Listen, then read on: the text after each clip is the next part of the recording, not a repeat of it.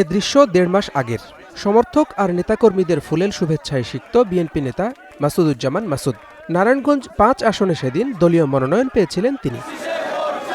এরপর শুরু হয় নির্বাচনী কর্মযজ্ঞ, চলে বিরামহীন প্রচারণা, জনসংযোগ। তবে সব চাঞ্চল্য থেমেছে মঙ্গলবার। প্রেসক্লাবে সংবাদ সম্মেলন করে নির্বাচন থেকে সরে দাঁড়ানোর ঘোষণা দিয়েছেন মাসুদুজ্জামান। হয়তো আপনাদের অনেকেরই মন ভেঙে যাবে, আমি আসলে নির্বাচনটা করব না, আমি মনোনয়ন কিনব না, আমাকে ক্ষমা করে দিয়ে আমি একজন সমাজকর্মী হিসাবে আজীবন আপনাদের পাশে থাকব। জেলা চেম্বারের সাবেক সভাপতি মাসুদ বলছেন, প্রার্থিতা ঘোষণার পর থেকেই তার নিরাপত্তা নিয়ে শঙ্কিত ছিলেন পরিবারের সদস্যরা। তবে সেই শঙ্কা কী কারণে বা কার পক্ষ থেকে তা জানাননি এ বিএনপি নেতা।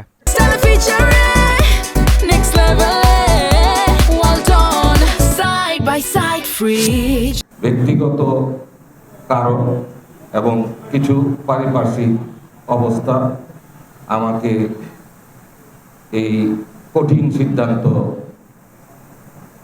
নিতে হচ্ছে। সিকিউরিটি কনসার্ন অবশ্যই ব্যাপার, কিন্তু ফ্যামিলি ম্যাটার্স। সদর আর বন্দর উপজেলা নিয়ে গঠিত আসনটিতে মোট ভোটার ৪,৭৭,৯০০। ১৯৯১ আর ২০০১ সালের নির্বাচন ছাড়া বরাবরই ছিল ওসমান পরিবারের দখলে। Desk report, star news.